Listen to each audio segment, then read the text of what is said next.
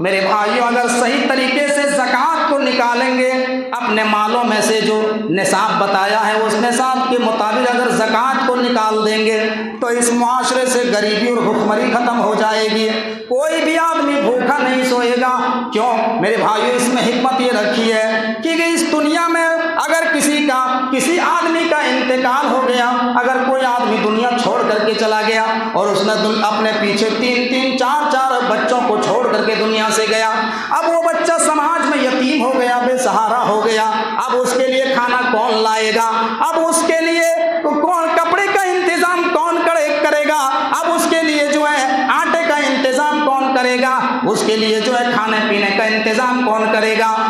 بیماری میں پیسے کون دے گا؟ اس لیے اللہ تعالیٰ نے یہ زکوٰۃ کا نظام بنایا ہے کہ سماج اور سوسائٹی میں جو اثر و رسوخ والے ہیں، جو مالدار طبقے کے لوگ ہیں، اللہ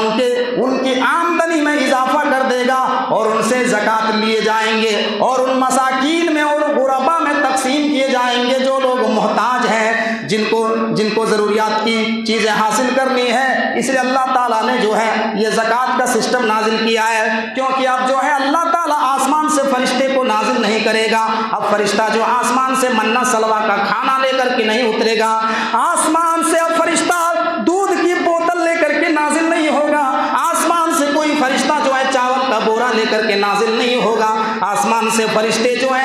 ہے آٹے کے پیکٹ لے کر کے نازل نہیں ہوں گے۔ اس لیے جو ہے سماج کے اندر جو اثر و رسوخ والے ہیں، جو امیر طبقے کے جو پیسے والے لوگ ہیں، اللہ ان کی آمدنی میں اضافہ کر دے گا اور ان کے اوپر ذمہ داری بنتی ہے کہ سماج میں جو محتاج ہیں، جو زکوٰۃ کے مستحق لوگ ہیں، ان کے گھر میں جا کر کے زکوٰۃ کی رقم پہنچانا پڑے گا۔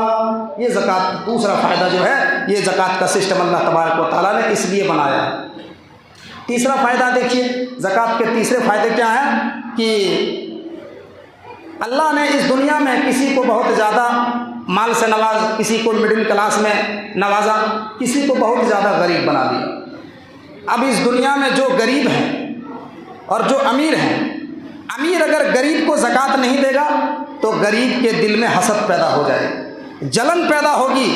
کہ اللہ نے مجھے مال نہیں دیا، ہم کو اللہ نے غریب بنایا، اس کو اتنا مالدار بنا دیا۔ وہ امیروں کے لیے اپنے دل میں حسد رکھیں گے اور امیر کے دل میں لوگوں کے تعلق سے حقارت پیدا ہو جائے گی کہ ہم تو پیسے والے ہیں، یہ تو ہمارے سامنے یہ کیا ہیں، ان کی جو ہے کیا اوقات ہے۔ تو بڑے لوگوں کے دل میں حقارت پیدا ہو جائے گی غریب کے تعلق سے، اور غریب کے دل میں امیروں کے تعلق سے حسد اور جلن پیدا ہو جائے گی۔ اس لیے اللہ تعالیٰ نے زکوٰۃ کا نظام بنایا ہے کہ جو امیر ہیں ان کو جو ہے وہ ان کے اوپر ذمہ داری ہے کہ وہ غریبوں میں زکوٰۃ نکالیں،